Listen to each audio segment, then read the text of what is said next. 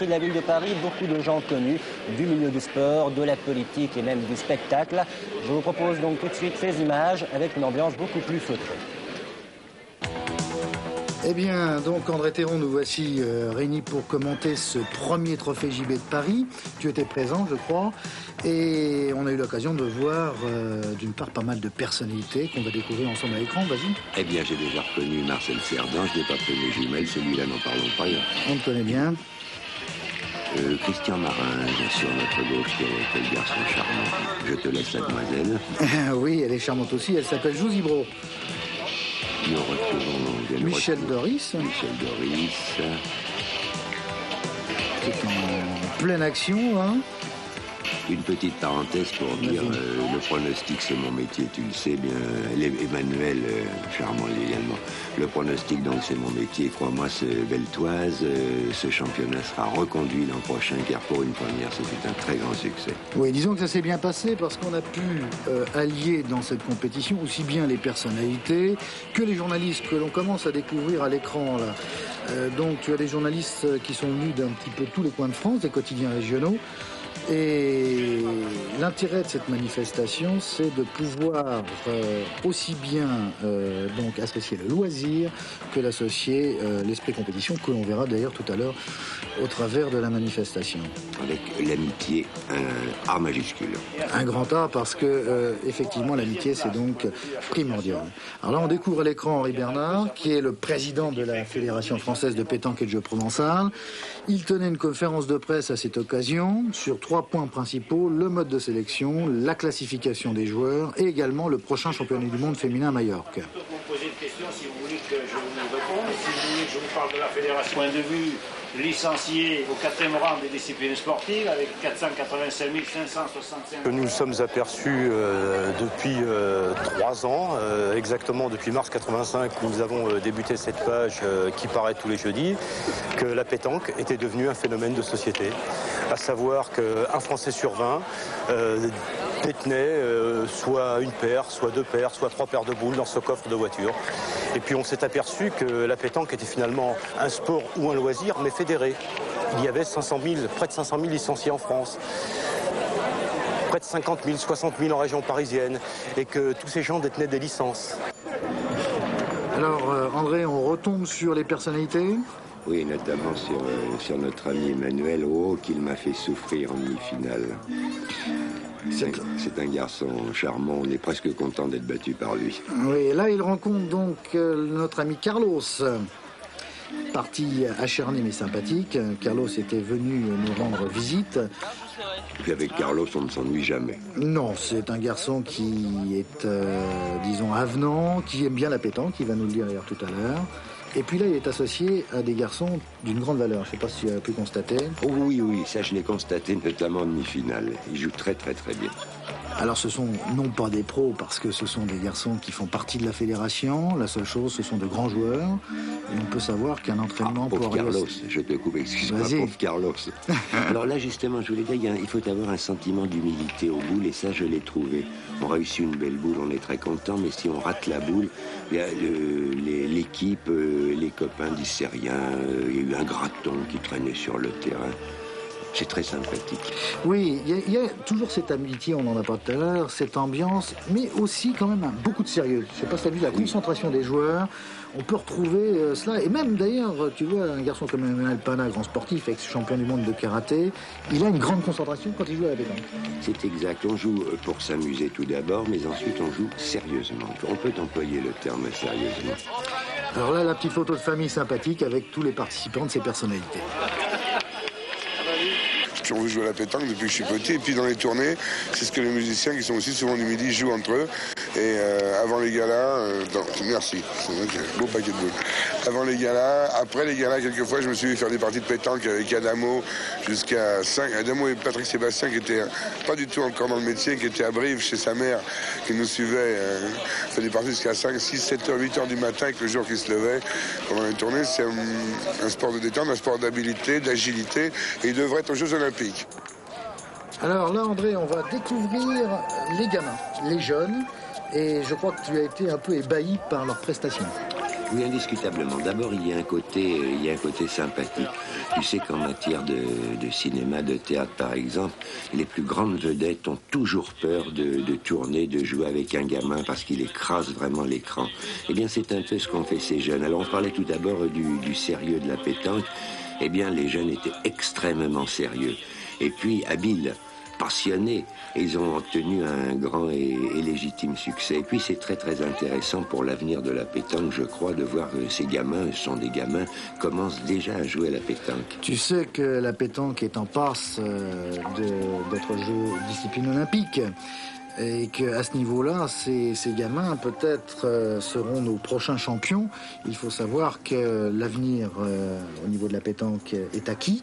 Je dirais que l'on va vers une prestation des jeunes de plus en plus importante et que leur sérieux nous donne toute confiance pour les prochains Jeux Olympiques, peut-être de 1996. Oui, tout à fait d'accord. Et tu vois, ces gamins me rappellent un peu nos apprentis. Bon, qui sont un petit peu gauches quand ils débutent en course naturellement, et puis quelques mois, quelques années plus tard, eh bien dans les apprentis finalement on trouve peut-être pas un Saint-Martin, mais presque un Saint-Martin. Bien, c'est la même chose. Il y a beaucoup de points communs entre la pétanque et les courses. Tiens Stéphane, par exemple, ce ralenti, tu vois, qui est superbe. Aux courses, nous utilisons énormément de ralentis. À la pétanque, ça le fait, si j'ose dire. Tout à fait. Ça met en valeur, en fin de compte, la qualité du joueur, et cela fait constater que ce n'est pas si simple de jouer à la pétanque.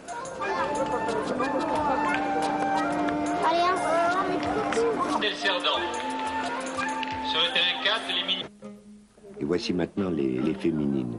Je dois dire que j'ai été très très agréablement surpris, mais toutefois une question, Stéphane. Est-ce que l'on peut parler d'égalité des sexes? Je veux dire, par exemple, la championne de France peut-elle s'opposer au champion de France? Disons que dans l'absolu, c'est possible.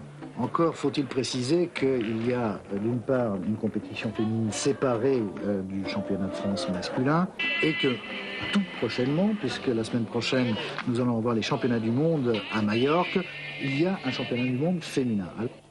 Et quelles sont nos meilleures joueuses actuellement? Eh bien, nous avons Annick Sajac, Pascal Liégeois et également Rania Quadri de Lyon, qui iront défendre nos chances à Palma au prochain championnat du monde. Elles étaient d'ailleurs opposées à Martine Asprogitis, la petite Cordelle et Madame Di Pasquella. Voilà. Et nous admirons quelques visages et quelques boules. Tu vois aussi l'élégance, en fait, du mouvement. La pétanque, en fin de compte, peut être très bien féminine. Ça n'a rien à voir. On pense toujours que la pétanque est uniquement masculine. Tu vois qu'on peut être très élégante en jouant à la pétanque. C'est exact. Nous avons vu quelques très très belles séquences. Et tu retrouves cette concentration également, cette détermination dans l'approche du jeu. Et tu vois le mouvement aussi? Oui, ça c'est très féminin, la rage de vaincre. Voilà. Et tu vois que ça tire et que ça pointe aussi bien. Hein. Alors, Jean Tibéry, premier adjoint au maire de Paris, était venu remettre les récompenses aux jeunes. Il est en compagnie du président Bernard. Et puis, tu vas le voir, il est également intéressé par la pétanque. La mairie de Paris est également partie prenante dans cette organisation. Oui, il est indiscutable que la présence de Jean Tibéry donnait un lustre à cette manifestation et puis un côté officiel. Voilà, alors là, donc la présentation des équipes. Nous avons dans l'ordre l'équipe de France championne du monde, et puis l'équipe de Monaco, l'équipe de Belgique et l'équipe de Suisse. Alors là, on rentre dans le vif du sujet. On assiste à la partie qui a opposé l'équipe championne du monde en titre, l'équipe de France, qui est composée de Daniel Voisin qui est au point. Là, tu le vois en train de préparer sa donnée. D'ailleurs, tu as compris ce phénomène des données? Tout à fait. Voilà. Et puis, il y a le fameux tireur qu'on verra, Christian Fasimo, tout à l'heure. Et puis Didier Choupin. Ils étaient opposés aux Belges. Alors, au niveau des Belges, on a affaire à des joueurs de tout premier plan, puisqu'ils ont également été champions du monde il y a quelques années. On verra toute leur qualité au fur et à mesure de ce commentaire. Très beau tir, là. Je ne sais pas si tu as remarqué. Oui, tout en admirant quelques jolies boules. Je pense qu'il faut dire un mot sur le cadre des arènes de Lutèce. C'est un endroit absolument merveilleux. Et en ce qui me concerne, j'espère vivement que l'an prochain, le championnat aura lieu au même endroit. Tout à fait, parce que C'est un cadre fabuleux qui se prête très bien aux boules. Ce ne sont plus des gladiateurs, mais maintenant ce sont des joueurs de pétanque qui remplissent ces arènes. Et je crois que cela donne une dimension supplémentaire à la pratique de la pétanque. Oui, il était quand même préférable de remplacer les lions par des champions. Alors, on va voir un petit peu le déroulement d'une mène. Alors, une mène, tu vas me poser peut-être la question. Qu'est-ce qu'une mène? Voilà, qu'est-ce qu'une mène? Eh bien, une mène, c'est le déroulement, en fin de compte, complet du jet des 12 boules de chaque joueur, de l'ensemble des joueurs. Là, on vient de voir Christian Fasino qui vient de pointer. Aymon qui reprend presque le point, mais tu vois, il passe derrière le cochonnet, il le déplace. Les Belges sont donc obligés de rejouer. J'ai trouvé que ce n'était pas un terrain très très facile. Non, le terrain est assez délicat et c'est là qu'on voit la qualité des joueurs. Tu vois, le point est en fin de compte une discipline très dure, aussi dure que le tir, malgré que ça ne soit pas aussi spectaculaire. Là, on voit donc notre champion français, Daniel Voisin, au point. Tu le vois même faire un petit peu avec la boule, là, c'est amusant, non? Oui. Ah ben, à propos du terrain, c'est encore un point de contact entre les boules et les chevaux. Quand nous sommes battus, c'est toujours de la faute du terrain, à la rigueur de celle du jockey, bien sûr, mais jamais de la nôtre. Ah, voilà. Et on n'avait pas un terrain souple, là, au contraire, on avait un terrain assez dur. Exact. Il y avait quelques gratons. Exact, exact. Alors là, c'est un point délicat. Oui, alors notre tireur Didier Choupet, donc, qui tire, bien sûr. Et qui tire bien. Et qui tire bien. Malheureusement, là, il vient de manquer. On en est au stade de la partie où la France est quand même quelque peu malmenée dans ce début de partie. Elle avait eu du mal déjà contre Monaco. Hein. Contre Monaco, effectivement, puisqu'elle était venue jusqu'à 12, hein, qu'elle est bien revenue. Là, encore un magnifique point de Daniel Voisin qui joue un rôle quand même capital aussi dans cette triplette. Tu le sais que le pointeur tête, ce qu'on appelle celui qui joue au début, envoie le jeu, il l'envoie lui très bien.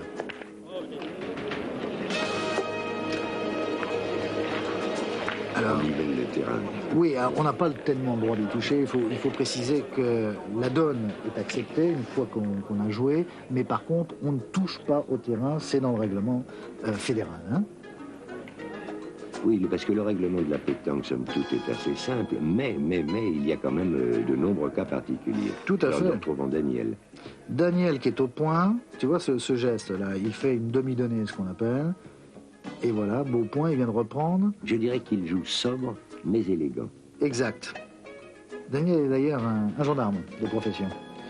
Tu sais bien que dans la pétanque, ce ne sont pas comme beaucoup de disciplines sportives où il y a des professionnels. Tous sont donc des amateurs. Et tous font partie de cette fédération française de pétanque et de jeux provençal. Je ne sais pas si tu le sais, Stéphane, mais il y a beaucoup de gens de course intéressés. Et notamment l'hiver, les courses se déplacent à Cagnes-sur-Mer.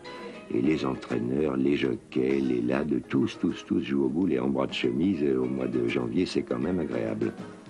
Voilà. Oh que c'est beau. Hein, tu as vu ce tir? Alors il a un geste fabuleux, Didier Choupet. C'est un tireur d'exception. Et là, on va voir le Belge qui tire lui également. Donc la partie, tu vois, se tient. Hein. Faut pas croire que les champions du monde ont affaire à une équipe qui est en dessous. L'équipe de Belgique va bien résister. Christian Fasino qui pointe, en fait, il a un rôle très important, c'est le rôle de milieu, tu vois, dans cette triplette.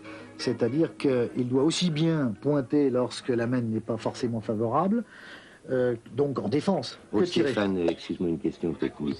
Là, on pourrait penser que la boule n'est pas excellente parce qu'elle est loin du cochonnet, mais je crois qu'il y a une explication de tactique là-dessus. Tout à fait, c'est-à-dire qu'ils sont en dessous dans la mène et en fait, Christian Fasino a souhaité se mettre ce qu'on appelle en contre, c'est-à-dire face à la boule de l'adversaire. Alors comme tu vas voir, malheureusement ça se passe bien pour les Belges, je dirais malheureusement, heureusement pour les Belges, mais donc le Belge a très bien tiré, ce garçon qui s'appelle Jean-Marie De Witt, il a très bien tiré, il fait un carreau, c'est-à-dire que là les Belges ont 2 points en place et que ça commence à être délicat. Alors tu vois Christian Fasino qui est inquiet d'ailleurs, hein, qui se pose des questions. Voilà. Alors, une nouvelle fois, tu vois, c'est cette boule qui arrive à l'effet qu'il a. Et une nouvelle fois, Christian Fasino remet cette boule en contre pour, disons, essayer de prendre le moins de points possible sur cette même.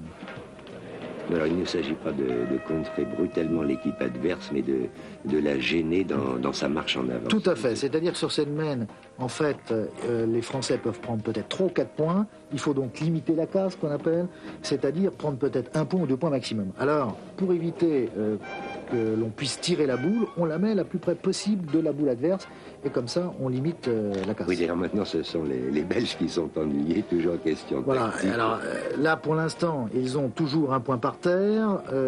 Discussion entre Alain Aymon et Jean-Marie Dewitt pour savoir la tactique adoptée. Alors, on choisit de pointer pour rajouter, et tu vas voir d'ailleurs cette magnifique portée d'Alain Aymon. Regarde, magnifique. tu vois. Bon, et qui rajoute donc 1 point. Alors, les Français sont malmenés puisque nous sommes au score de 5-1. Et là, tu vois Didier Choupet qui part pour tirer cette magnifique boule du pointeur Alain Aymon. Pour la 3e place, Suisse vers Monaco. Un joli tir, ma foi. Un joli tir. Mais les spectateurs ne sont pas effrayés, ils me paraissent être bien prêts. Oui, ce qui n'est pas d'ailleurs tout à fait accepté. Bon, il y avait beaucoup de monde, alors je dirais que tout le monde voulait voir les champions de près. Et effectivement, il s'était pressé contre les lignes de perte. Alors, Christian Fasino au tir. Un point capital. Voilà. Regarde ce balancier. Là, tout le corps travaille en fin de compte. Il n'y a pas que le bras qui travaille avec Je n'ai le temps. pas vu la boule, mais j'ai entendu pan. L'impact. Donc le jeune Guy de Jonc qui vient de repointer. Alors là on mesure parce que là c'est une mène capitale. Si le point donc est à la France en tirant, on peut effectivement marquer 6 points. Et là le pointeur qui ne tire jamais va tenter ce coup. Et regarde, voilà, magnifique carreau. Et donc la France revient au score de 7-6 sur une semaine. Tu vois comment ça peut basculer. Alors, il s'égare par contre un petit peu, c'est rare, mais tu vois, il est parti environ 60-70 derrière le petit. Quand Daniel passe ses bras derrière, il n'est pas content. Voilà. Très belle reprise d'Alain Aymon, qui a fait une très belle prestation au point dans l'ensemble. Hein. Il n'a pas du tout démérité face à Daniel Voisin. Une petite reconnaissance du terrain s'impose. Il a un style très particulier. Tout à fait particulier. Il vient vers la boule avant de la tirer pour la photographier, si tu veux. Alors nous regardons la photo.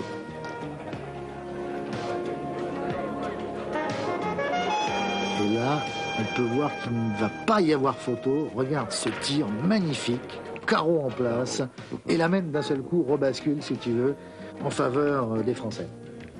Donc c'est un match au couteau. Tout à fait. Alors le jeune Belge donc va tirer. Belle frappe, mais par contre il ne fait pas de carreau. Hein. Donc point toujours à la France. Alain Aymon toujours avec la même régularité reprend le point. Le point. Voilà. Et donc force. On demande un tireur. Bien sûr, force les Français à retirer pour conserver l'avantage dans la main et essayer de faire une grosse main. Alors là, un terme technique, il chique la boule. C'est-à-dire qu'en fin de compte, il la touche, mais il ne la fait pas passer et les Belges ont toujours le point. Alors, c'est un demi-succès. C'est un demi-succès, enfin c'est plutôt même un échec si tu veux, et cela force Christian Fasino à retirer. Il est évident que des amateurs diraient il y a la place, on va pointer. Voilà. Et regarde ce carreau magnifique. Et là encore, ça fait rebasculer la même. Il rattrape, si tu veux, l'erreur précédente de son ami qui a manqué. Et là, magnifique carreau, il revient avec 2 points par terre. Et c'est aux Belges de s'inquiéter. Et ils s'inquiètent nettement parce que sur cette mène, ils peuvent prendre peut-être 4 ou 5 points. Alors là, on se pose des questions, on indique ce que l'on peut faire, et tu vas voir l'arbitre qui intervient, parce qu'il y a un temps limité à la pétanque. On n'a pas le droit, si tu veux, de durer. Il faut jouer. Il faut jouer, et le Belge va prendre une décision fantastique, un risque fantastique. Il va tirer au bouchon, et là, c'est vraiment spectaculaire. Regarde, le bouchon qui part. C'est prodigieux. Mais je crois, Stéphane, que le bouchon va rester dans le jeu quand même. Tout à fait. Le bouchon va rester dans le jeu, et là, tu vois Christian Fasino qui est obligé de tirer pour marquer. Malheureusement, il manque. Et parce que la boule était quand même assez loin. Je sais pas si tu as vu, le bouchon est parti et tout ça. Et donc, les Belges marquent un point sur cette mène. Et on est donc sur le score de 7-6.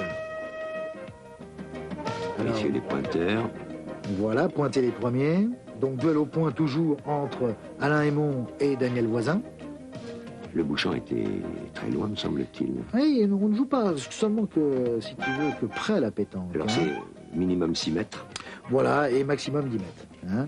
Mais en fait, lorsqu'on a des confrontations internationales aussi importantes, on ne prend souvent pas le risque de jouer près parce qu'on peut prendre beaucoup de tirs, si tu veux. Alors donc, on joue assez loin, ce qui fait que le jeu est très dur. Ah. Alors, une bataille au point, là, en fait, les Belges n'ont toujours pas réussi à reprendre le point et laissent Daniel Voisin avec la possibilité de rajouter. Alors Daniel Voisin, toujours cette même position, tu vois, accroupi, cette concentration. Et cette élégance. Voilà. Et donc il vient juste se coller sans rajouter le point supplémentaire. C'est à Christian Fasino, à qui il reste encore une boule, éventuellement de rajouter ce point. Il y a une décision à prendre là. Voilà.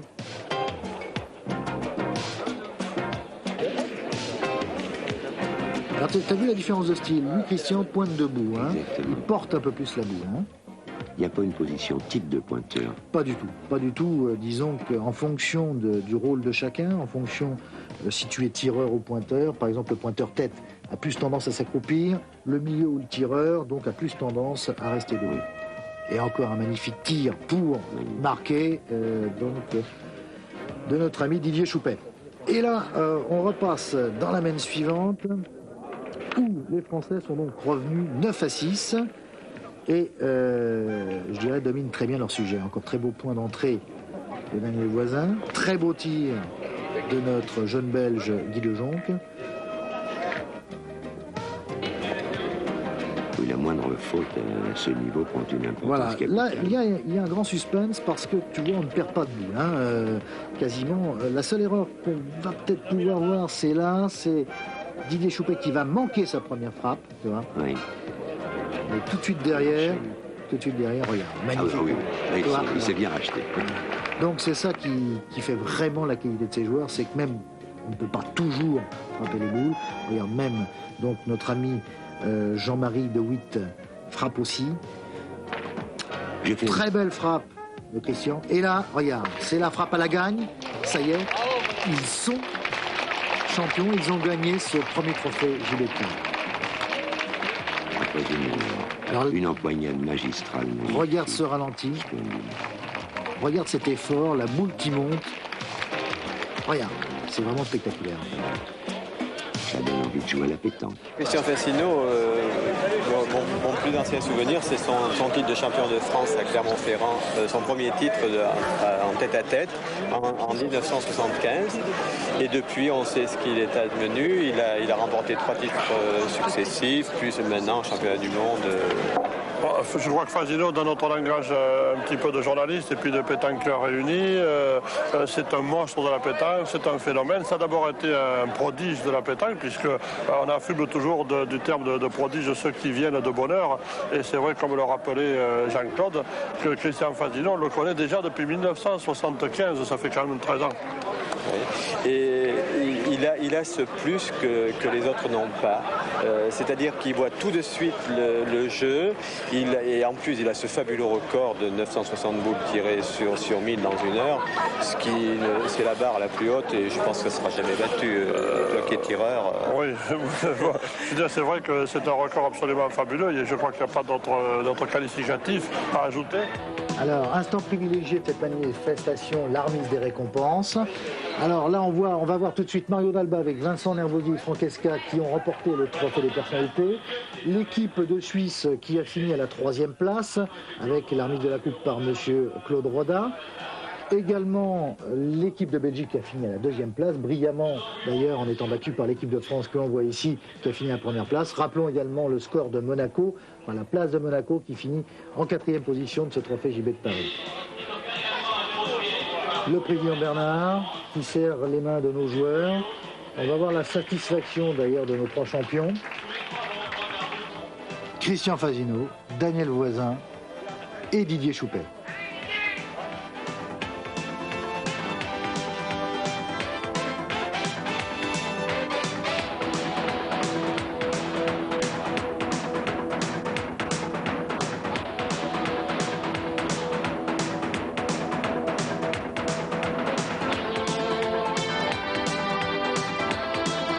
Voilà.